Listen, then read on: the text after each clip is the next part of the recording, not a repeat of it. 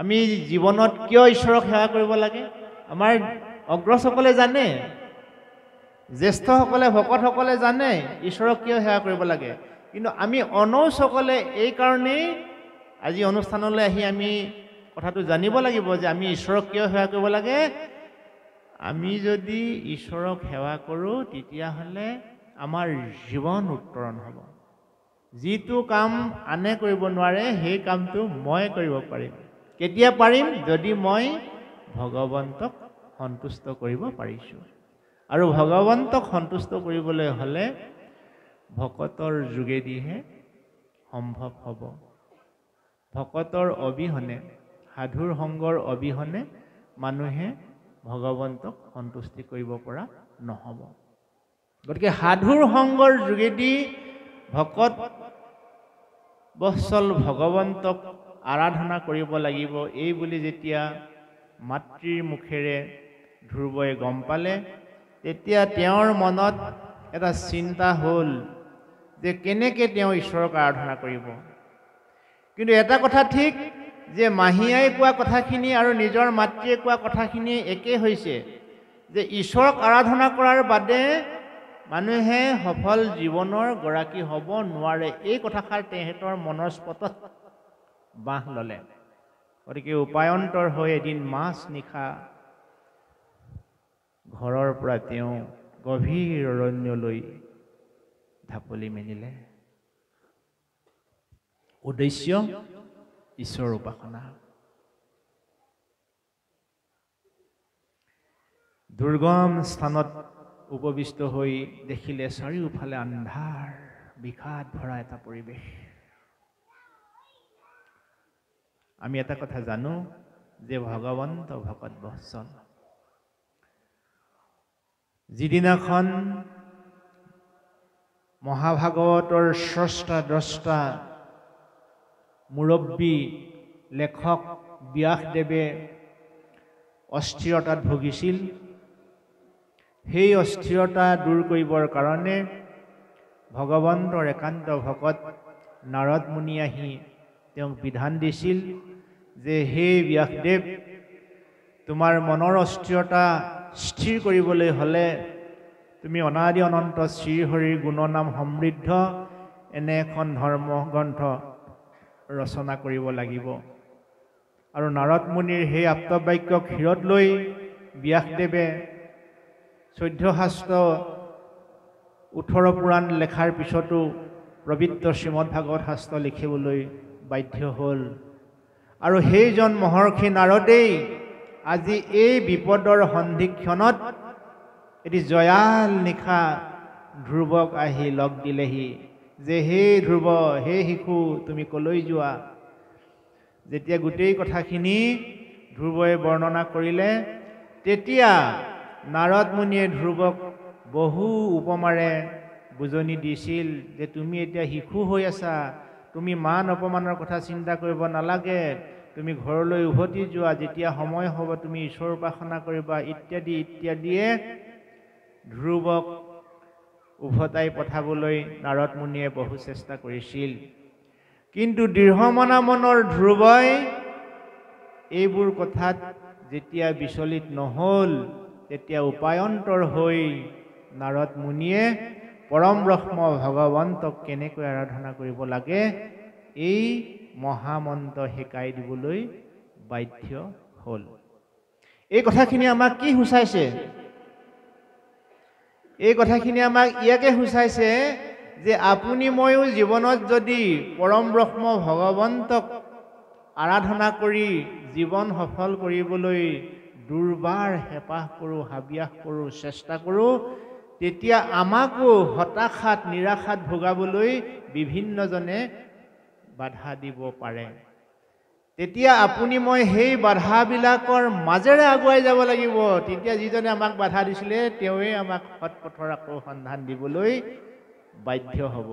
সেইকাৰণে ভাৱনা, কল্পনা, কৰ্ম এইবিলাক যদি জীৱনত স্থিৰ কৰি ল'ব পৰা যায়, মানুহ কেতিয়াও দিশহাৰা নহয়। আৰু এই মহৰ্ষি নাৰদেই শিশু ধ্ৰুৱক শিকোৱা মহামন্ত্ৰ আহক আমি সকলোৱে এবাৰ উচ্চাৰণ কৰি আমাৰো জীৱনটো পবিত্ৰ কৰোঁ। খুব সুন্দৰকৈ আপোনাভাৱে বহকচোন। আমি এটি মহামন্ত্ৰ উচ্চাৰণ কৰিম, যি মহামন্ত্ৰ উচ্চাৰণ কৰি ধ্ৰুৱই পৰম ব্ৰহ্ম ভগৱন্তৰ কৰুণা দয়া কৃপা লাভ কৰিছিল। আপুনি ময়ো ঈশ্বৰৰ কৰুণা কৃপা দয়া লাভ কৰিব লাগিব। বৰ ভক্তিৰে আমি ঈশ্বৰক হাতযোৰ কৰি প্ৰণাম কৰোঁ। আমি এই মহামন্ত্ৰ 4 বাৰ উচ্চাৰণ কৰিম, সকলোৱে সহযোগ কৰিব।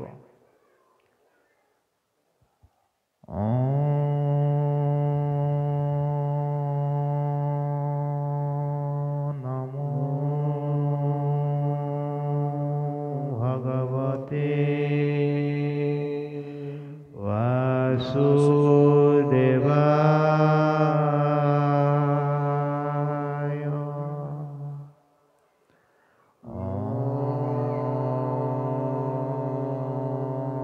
নমো ভগৱতে বাসুদেৱায়।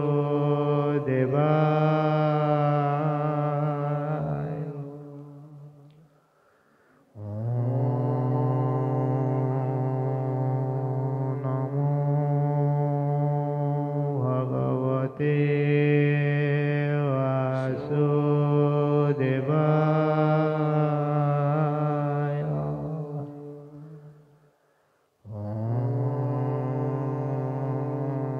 নমো ভগৱতে বাসুদেৱায়। ঔ হৰি ঔ কৃষ্ণ। আমাৰ জীৱনতো এই মহামন্ত্ৰ আমাৰ মা দেউতাই, আমাৰ অগ্ৰজসকলে আমাৰ জীৱনৰ আৰম্ভণিতে প্ৰয়োগ কৰিছিলে। কেনেকৈ প্ৰয়োগ কৰিছিলে?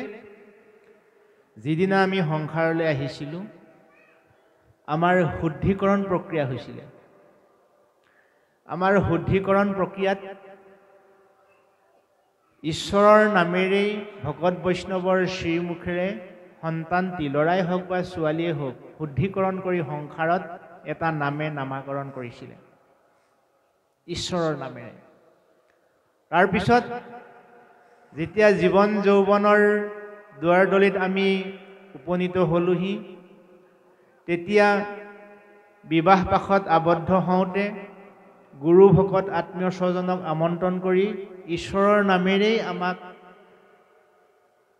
সেই সংসাৰৰ জয়যাত্ৰাত পদাৰ্পণ কৰাইছিল। যিদিনাখন আমি সংসাৰৰ পৰা মেলানি মাগিম, এই পঞ্চভৌতিক দেহা এৰি থৈ যাম, সেইদিনাখন সেই অন্তিম যাত্ৰাটো আমাৰ আত্মীয় স্বজন ভকত বৈষ্ণৱবৃন্দই ঈশ্বৰৰ নামেৰেই উৎসৰ্গা কৰিব। তাতোতকৈ গুৰুত্বপূৰ্ণ কথা, আমি শৈশৱৰ দিনবোৰত যেতিয়া দেউতাৰ হাতত ধৰি বিদ্যালয়ত জীৱনৰ শিক্ষা গ্ৰহণৰ বাবে আগবাঢ়িছিলোঁ, প্ৰাথমিক পৰ্যায়বিলাকত শিক্ষানুষ্ঠানত তাকেই বিধান দিয়া হৈছিল, ওম সতুমা সৎগময় তমসুমা জ্যোতি গময় মৃত্যুমা মৃতংগময় ওম শান্তি শান্তি শান্তি। কিন্তু ইয়াৰ প্ৰকৃত ৰহস্য আমি বুজিবলৈ চেষ্টা কৰা নাই, কিন্তু কৰিব লাগিব। কিয় কৰিব লাগিব? ওম সতুমা সৎগময়, ওম শব্দটো, উ শব্দটোৰ ওপৰত উপৰচন্দ্ৰবিন্দু দিলে ওম বুজায়। এই ওম শব্দটোৱে ব্ৰহ্মা বিষ্ণু মহেশ্বৰৰ ঊৰ্ধত, অৰ্থাৎ সৃষ্টি স্থিতি লয়ৰ যিজন মুৰব্বী পৰম ব্ৰহ্ম ভগৱন্ত নাৰায়ণ, যি নাৰায়ণে এই চতুৰ্ভুজত থাকে, শংখ চক্ৰ গদা পদ্ম লৈ থাকে, তেওঁক ওম শব্দৰে বিভূষিত কৰা হয়। গতিকে ওম সতুমা সৎগময়, হে প্ৰভু তুমি মোক অসৎ পথৰ পৰা সৎ পথলৈ নিয়া। তমসুমা জ্যোতিগময়, প্ৰভু তুমি মোক আন্ধাৰৰ পৰা পোহৰলৈ নিয়া। মৃত্যুম অমৃতং গময়। অ' প্ৰভু, তুমি মোক মৃত্যুৰ পথৰ আঁতৰাই মোক অমৃত তত্বৰ পথলৈ আগুৱাই দিয়া, য'ত মোৰ আত্মাই চিৰ শান্তি লাভ কৰিব। ইমানখিনিলৈকে চব ঠিক আছে, কিন্তু ইমানখিনি কথা জনাৰ পিছতো আপুনি মই ঈশ্বৰক সেৱা শ্ৰদ্ধা ভক্তি কৰাৰ পৰা কিয় বিৰত আছো? আচল ডাঙৰ কথা সেইখিনিতে। আমি ইমানবোৰ জনাৰ পিছতো ঈশ্বৰক ভক্তি কৰাৰ পৰা কিয় বিৰত আছো? ঈশ্বৰক ভক্তি কৰাৰ পৰা আপুনি মই বিৰত থকা এই কাৰণটো আজি আমি উদ্ঘাটন কৰিব লাগিব মহাভাগৱতৰ যোগেদি, নহয়নে প্ৰভু? গতিকে সেই কাৰণটোৱে হৈছে প্ৰভু ভগৱন্তৰ মায়াৰ এখন আৱৰণ। মোৰ বন্ধুসকলে গম পাইছানে? নিশ্চয় আমি ইমানবোৰ কথা জনাৰ পিছতো ঈশ্বৰক ভক্তি কৰিবলৈ, সেৱা কৰিবলৈ, সমাজত যাবলৈ আমি কিয় টান পাওঁ? ভগৱন্তৰ মায়া নামৰ এখন ডাঙৰ চামনিৰে ইয়াক আৱৰি আছে। যদি এই চামনিটো আঁতৰাব পৰা নাযায়, তেতিয়াহ'লে আমি কোনো দিন জীৱন শেষ হৈ যাব, নামঘৰলৈ আহিবলৈ মন নাযাব, কিন্তু ভকতৰ ওচৰলৈ আহিবলৈ মন নাযাব, ভকতৰ বাক্য পালন কৰিবলৈ মন নাযাব। এই মায়াৰ আৱৰণটোক যদি আমি আঁতৰাব নোৱাৰো, যিজনে মায়াৰ আৱৰণ আঁতৰাব জানিব, সেইজনৰ কাৰণে এই বৃহত্তৰ সংসাৰখন এটা গৰু খোজৰ সমান। গৰু খোজ মানে কি? ইমানটি এটা পৰিধিৰ এটা এলেকা। এই পৰিধিটো পাৰ হ'বলৈ আমি এটা দেউনাত, অৰ্থাৎ ইটো ভৰিৰ পৰা ইটো ভৰিলৈ যাওঁতে অন্ততঃ 10টামান গৰু খোজ থাকে, নহয়নে? যিজন মানুহে গুণী জ্ঞানী বুদ্ধিবান সংসাৰ মায়াৰ তৰণ কৰিব পাৰে, সেই ব্যক্তিজনৰ কাৰণে সংসাৰখন গৰু খোজৰ সম। আৰু যি মানুহে প্ৰভু ভগৱন্তৰ মায়াৰ পৰা আঁতৰি থাকিব নোৱাৰে, তেওঁৰ কাৰণে সংসাৰখন অসাৰ সংসাৰ, বিশাল সংসাৰ, কোনো দিন পাৰ হ'ব নোৱাৰে। গতিকে মহাপুৰুষ শ্ৰীমন্ত শংকৰদেৱৰ প্ৰপন্ন শিষ্য শ্ৰী শ্ৰী মাধৱদেৱে সমগ্ৰ মানৱ জাতিকে এই মায়াৰ আৱৰণ আঁতৰাই পৰম ব্ৰহ্ম ভগৱন্তৰ কৰোণা কেনেকৈ লাভ কৰিব পাৰি, ইয়াৰ এটি খুব সুন্দৰ নিদৰ্শন দিছে। সকলোৱে হাতযোৰ কৰোঁ আহক, আমি যাতে সেই মায়াৰ আৱৰণখন আঁতৰাই প্ৰভু ভগৱন্তৰ কৃপা কৰোণা দয়াৰ আমি গৰাকী হ'ব পাৰোঁ। হৰি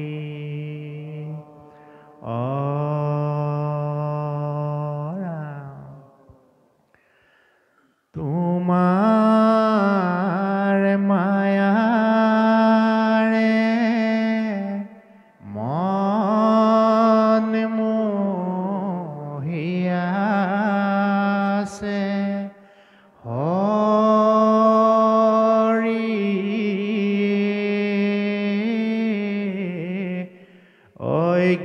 অজ্ঞান আন্ধাৰে পৰিয়া পাৰ নাপাওঁ ৰাম ৰাম। অভয় চৰণে হৰণ পখিলো, হৰি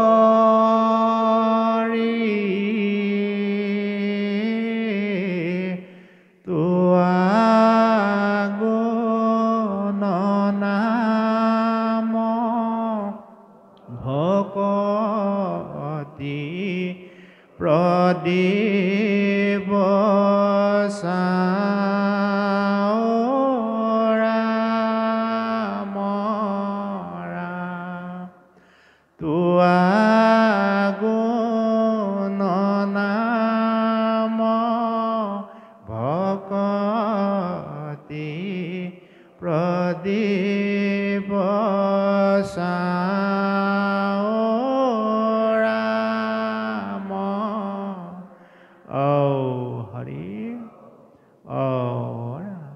কৃষ্ণ কৃষ্ণ। ইমান সুন্দৰ উপমা, ইমান সুন্দৰ উপমা। চাওকচোন, ভগৱন্তৰ মায়াৰ সেই আৱৰণটো আঁতৰাবলৈ হ'লে ভগৱন্তৰ নামেৰেই ভগৱন্তক পুজিব লাগিব। বুজি পালেনে? তোমাৰ মায়াৰে মন মোহি আছে, তোমাৰ মায়াৰে মন মোহি আছে, হৰিয়ে অজ্ঞান আন্ধাৰে পৰিয়া পাৰ। আমি অজ্ঞান আন্ধাৰত যে ডুব গৈ আছো, ইয়াৰ কাৰণটো হৈছে পৰম ব্ৰহ্ম ভগৱন্তৰ মায়াৰ প্ৰভাৱ। আৰু এই মায়াৰ পৰা আঁতৰাবলৈ, মায়াৰ পৰা যদি আমি আঁতৰিব পাৰোঁ, ওলাই আহিব পাৰোঁ, তেতিয়াহে ভগৱন্ত প্ৰাপ্তি হ'ম।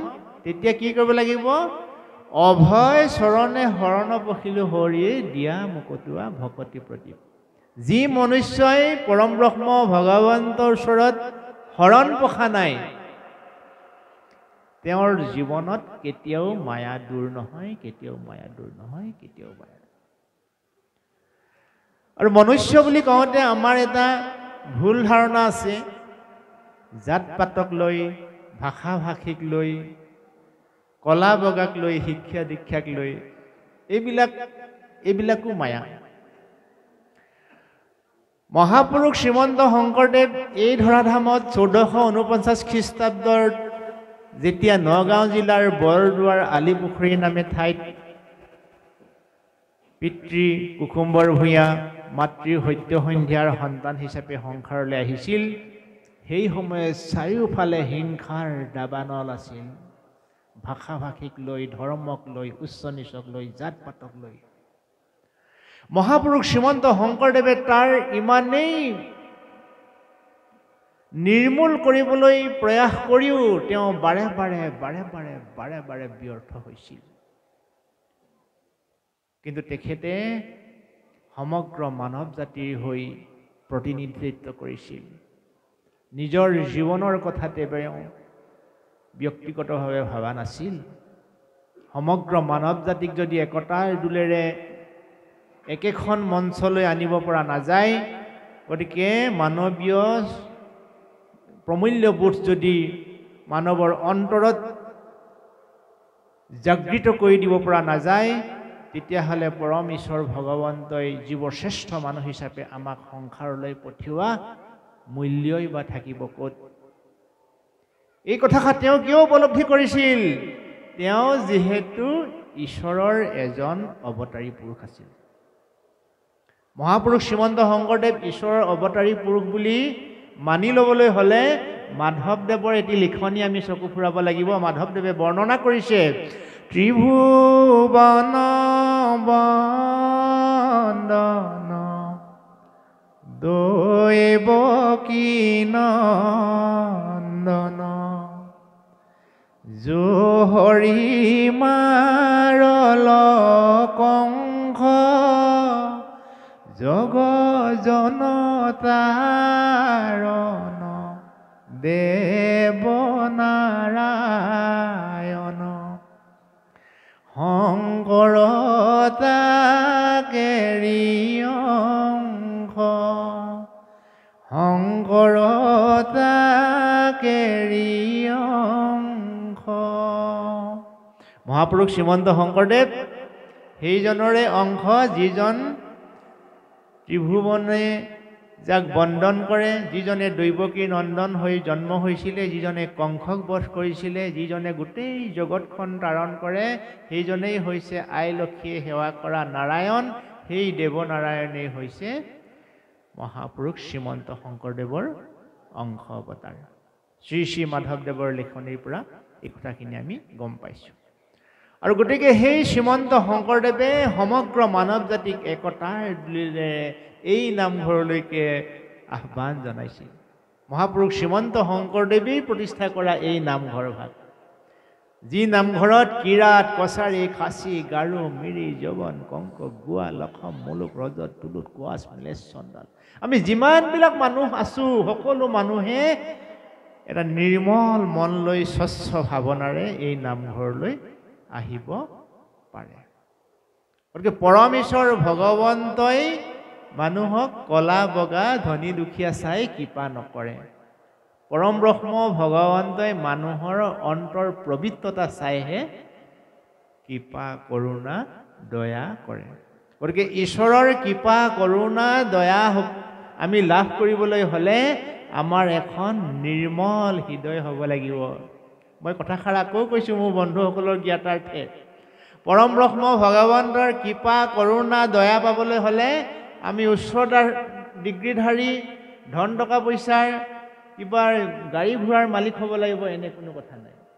ঈশ্বৰৰ কৃপা কৰোণা দয়া লাভ কৰিবলৈ হ'লে এখন নিৰ্মল স্বচ্ছ নিকা পবিত্ৰ মনৰ গৰাকী হ'ব লাগিব লাগিব লাগিব। আৰু নিকা স্বচ্ছ পবিত্ৰ মনৰ গৰাকী এজন মানুহে তেতিয়াহে হ'ব পাৰিব যদি সেই মানুহজনে গুৰুৰ প্ৰতি শ্ৰদ্ধা ভক্তি থাকে।